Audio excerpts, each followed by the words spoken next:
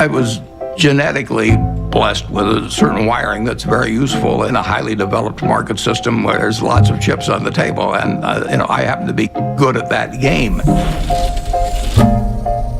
Ted Williams wrote a book called The Science of Hitting, and in it he had a picture of himself at bat and the strike zone broken into, I think, 77 squares. And he said if he waited for the pitch that was really in his sweet spot, he would bat 400, and if he had to swing at something on the lower corner, he would probably bat 235. And in investing, I'm in a no-called strike business, which is the best business you can be in. I can look at 1,000 different companies, and I don't have to be right on every one of them or even 50 of them. So I can pick the ball I want to hit. And the trick in investing is just to sit there and watch pitch after pitch go by and wait for the one right in your sweet spot. And if people are yelling, "Swing, you bum," ignore them. There's a temptation for people to act far too frequently in stocks simply because they're so liquid. Over the years, you develop a lot of filters. And I do know what I call my circle of competence. So I stay within that circle, and I don't worry about things that are outside that circle. Defining what your game is, where you're going to have an edge, is enormously important. You believe in America. Absolutely. You have said to me more than once, I would give up a year of my life just to know what the next 50 is going to be like. Yeah, even the next 4 now. I mean, why'd you pick 4? I don't know, just number that came to me. It is just fascinating what's happened just in my lifetime. In the 86 years. I should mention one thing about reading. It was at the library here at Columbia that I wish I spent probably more time than any other student. I lived there practically, but I pulled the book out there. Happened to be Who's in America, and it told me something about my professor Benjamin Graham. And then I looked up and I went to the library and I said, I want to learn more about this because I learned this over here. That changed my whole life. We own Geico now because of that librarian directing me to some other book and then following through on that. It's the chance. I read about 1/5 the pace that Bill does, but I still spend 5 or 6 hours a day reading. I mean, you can learn so much. I particularly love biography. Just to be able to live the lives of these people that have been so extraordinary, the lessons and the discouragements they face, just everything about it. So you can't get enough of reading it. And I read the book when I was 19 called The Intelligent Investor, and I'd been interested in investments since I was maybe 7 or 8, but I'd read every book in the Omaha Public Library by the time I was 11. So why do you think you were interested in investing when you were 7 or 8? Because I was too dumb to get interested at 4. My dad had a very small investment firm, and I would just go down and I read all the books that he had there, waiting to go to lunch or whatever it might be, and then I went to the public library and read them all, and it just was a fascinating subject to me. But I didn't have any. I knew what everybody thought and all of that at an early age, but what Graham wrote made sense. To investing per se, is there something about your core competence that made investing the perfect place for you to be? Yeah, it certainly wasn't be a pro football player. I looked. It was a question of zeroing out all the other incompetencies, and I was left with one thing, Just the allocation of capital. I was actually wired in a way that was. This would be something I would be good at. So wired in what way? I can't tell you precisely, but I've got the right temperament for it, which is much more important than IQ. If you've got more than 120 points of IQ, sell the rest to somebody else. You don't need it in investments, but you do need the right temperament. You do it. You do have to be able to think for yourself. And getting back to, the earlier question, the first question I ask myself when I look at a business is it important and easy what I can determine about this business? Yeah. And a lot of them don't make it. Now, Bill is looking for hard questions that plague society and where intellect and money may make a difference. They may not for a while. But he's taking on the tough things. My job is to find easy things. I'm looking for 1-foot bars to step over, rather than 8-foot bars to jump over, But that's not irrational if you're looking at the investment universe. But reading is key. On the biography, on the book thing, you can learn so much.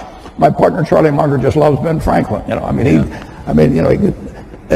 You can learn from other people and their mistakes, and I find biography is my favorite. Warren, you have often said you still tap dance to work. Absolutely. Because you can paint with your own colors. Yeah,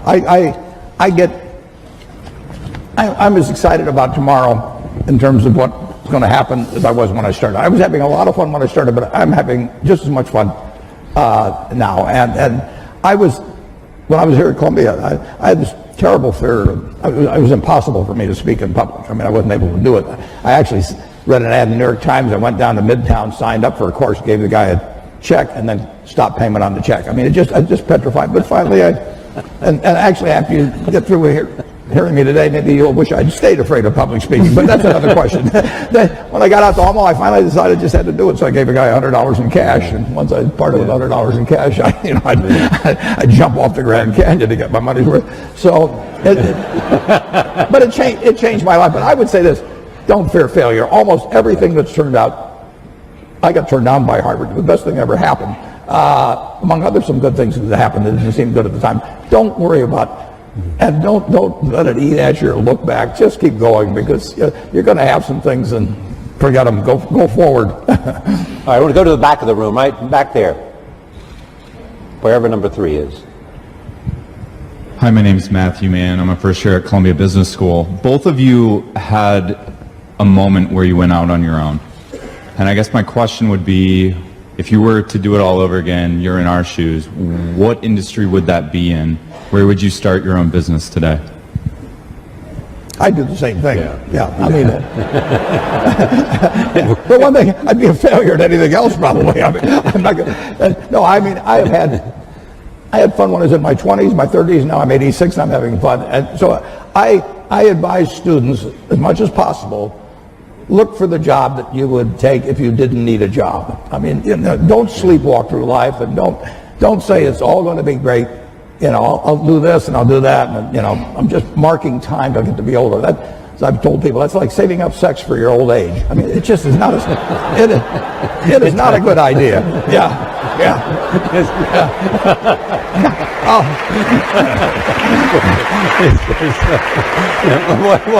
What are you urging them to do? I'll explain it. Just what I'm talking about. Now, you really want to be doing what you love doing, and you can't necessarily find it on your first job. Right. But don't give up before you find it. The difference between now and 60 or 70 years ago in the ability of really bright people, really innovative, really energetic people to get finance to do things is just dramatically better than it was at that time. So now, if you've got good ideas, and there's good ideas right in this crowd, and you've got energy, it's far easier to get finance to move forward those ideas than you could 50 or 60 years ago. Is that because of the internet or crowdsourcing, of what is it? It's just lots more capital around, and people more optimistic about. People are very optimistic about business. But better ways to connect the two, the capital and those and the ideas. It's dramatic. Many industrial-based communities have been severely affected with higher levels of unemployment due to the increasing utilization of automation, which ends up displacing workers. What do you believe is a possible solution to unemployment arising from automation? How technology and the impact technology is having on jobs and the demand for new kinds of skills. Yeah, we were here in 1800 and conducting this, and somebody would point out that eventually tractors would come along and better fertilizer and everything, and that 80% of the people are now employed on the farm, and in a couple of hundred years it's going to be 2 or 3%. And what are we going to do with all these people? Well, the answer is we release them. Keynes wrote something about it in something called Essays on Persuasion. He wrote in 1930 about what a more prosperous society would become like. And he actually postulated that in 100 years, and we're now 87 years from that there would be 4 to 8 times as much output per capita. And he's remarkable, but he didn't quite get out, might get distributed. But the idea of more output per capita, which is what the progress is made on productivity, that should be harmful to society is crazy. I mean, the distribution may be a problem, but if one person could push a button and turn out everything we turn out now, is that good for the world or bad for the world? You know, you'd have to figure out how to distribute it, but you'd free up all kinds of possibilities for everything else. So everything should be devoted initially to getting greater productivity, but people who fall by the wayside through no fault of their own, as the goose lays more golden eggs, should still get a chance to participate in that prosperity, and that's where government comes in. Whether you're going to make an investment in a company or whether you're going to buy the company, what are the factors that you have to be, that you're looking for? What test? I'm looking for durable competitive advantage. I'm looking for something that has a moat around it for a considerable period of time. And I'm looking for an honest and able management to run it, because I don't know how to run it myself.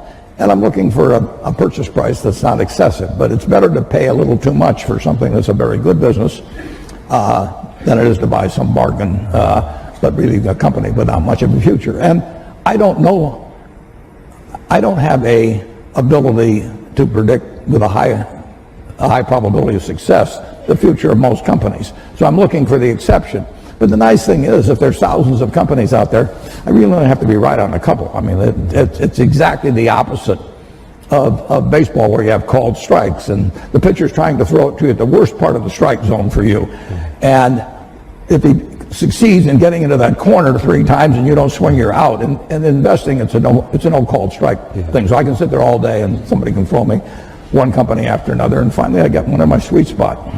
Both of you have chosen both wives and partners well. Charlie Munger added what to you? Oh, Charlie Munger changed my views. He refined them in a huge way in terms of looking for the quality companies and looking for the ability to make an investment that would work out well for 5 or 10 or 20 years, as opposed to something there might be one. I call it cigar butt investing, where there was one puff left in the cigar, but the cigar was free, so you picked up these disgusting looking things and got one puff out of them and one onto another one. And that worked okay, but it was small scale, and it really doesn't build something satisfying. So he kept forcing me in the direction of saying, you know, is this really a business we want to own for forever? And do we want to get associated? It's like a marriage. I mean, do you want to get associated with this person forever? And it's a great way to look at things. It's more fun with a partner. I mean, Charlie and I have had more fun working together than either one of us would have had individually, and we have never had an argument after working together for 58 years. You talk every day? Not anymore, because we know what the other guy's going to say. We just grunt.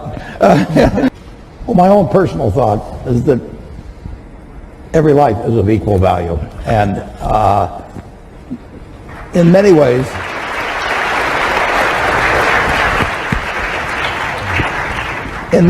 if you have a limited number of dollars, you actually can do more for more people outside the United States. We do have greater resources here for our 320 million people than exists around the world for 7+ billion people.